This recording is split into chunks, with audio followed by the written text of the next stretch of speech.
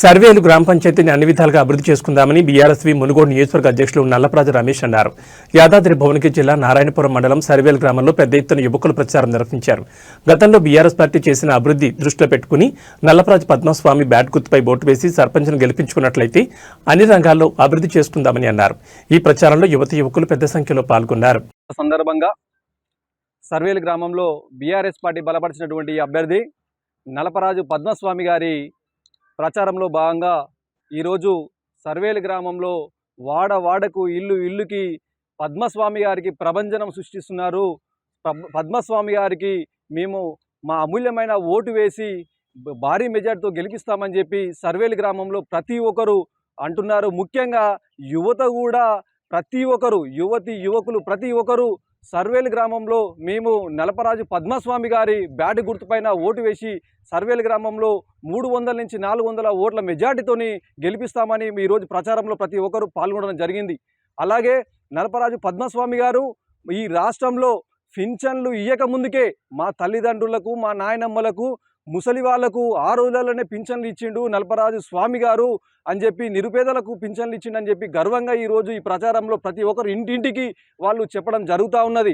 అలాగే స్వామి గారు నల్లపరాజు స్వామి గారు నిరుపేద కుటుంబంలో ఎవరైనా చదువుకోలేని పరిస్థితుల్లో ఉన్నటువంటి విద్యార్థులకు ప్రతి ఒక్కరికి నా సహాయం ఉంటుందని చెప్పి ఈ ప్రచారంలో ప్రతి ఒక్కరికి చెప్పడం జరుగుతూ ఉన్నది. అలాగే విద్యార్థులు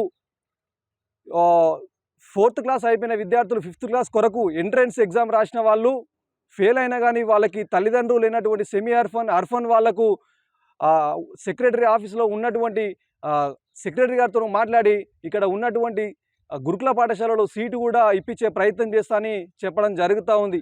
అలాగే సర్వేలు గ్రామంలో యువతని ముఖ్యంగా కీలకంగా తీసుకొని యువత అన్ని విధాలుగా రాణించాలని చెప్పి వాళ్ళకు వారి స్వామి గారు సందేశం ఇవ్వడం జరుగుతూ ఉంది. అలాగే ప్రభుత్వం గతంలో బీఆర్ఎస్ ప్రభుత్వం అనేక సమస్యల మీద యువతకి పరిష్కారం కూడా చేయడం జరిగింది. అలాగే గత ప్రభుత్వం సర్వేలు గ్రామంలో సుమారు 2 నుంచి 3 కోట్ల రూపాయలు పెట్టి ఈ గ్రామంలో వాడకు సీసీ రోడ్లు అండర్ డ్రైనేజీ వర్కులు చేసి గ్రామాన్ని మొత్తం సస్యశ్యామలం చేయడం జరిగింది.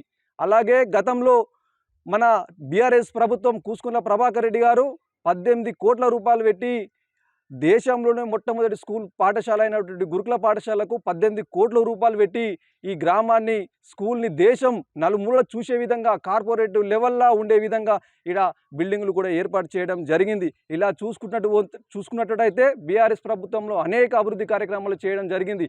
అలాగే 2 సంవత్సరాలు అయితే బీఆర్ఎస్ ప్రభుత్వం రాబోతుంది. మళ్ళీ ఇంకేమైనా సమస్యలు ఉంటే దాన్ని కూడా పూర్తి చేసుకోవడం జరుగుతుంది. కొంతమంది ఇప్పుడు మాట్లాడుతూ ఉన్నారు కాంగ్రెస్ వాళ్ళు, మా ప్రభుత్వం ఉంది కదా మేము డెవలప్ చేస్తామని. మీ ప్రభుత్వం ఉంటేంది లేకుంటేంది, గ్రామ పంచాయతీకి సంవత్సరానికి 2 కోట్ల రూపాయల నిధులు ఇవ్వాల్సిందే. అవే నిధులు పెట్టి గ్రామాన్ని డెవలప్మెంట్ చేసుకుంటాం. అంతేగాని మా ప్రభుత్వం వచ్చింది మేమే డెవలప్ చేస్తాం అనేది కాదు. కావున ప్రతి ఒక్కరు ప్రజలకి అందరూ బ్యాట్ గుర్తుపైన ఓటు వేస్తామని చెప్పి ముక్త కంఠంతో చెప్తా ఉన్నారు. ప్రతి వాడ గల్లీకి. కావున నల్లపరాజు పద్మస్వామి గారు 300 నుంచి 400 మెజార్టీతోనే గెలవబోతా ఉన్నారు. Thank you. సర్వేలు గ్రామంలో నల్లపరాజు పద్మస్వామి గారి సీరియల్ నెంబర్ 3 బ్యాట్ పైన ఓటు వేసి అత్యధిక మెజార్టీతో గెలిపించాలని కోరుతా ఉన్నాము. బ్యాట్ గుర్తుకే.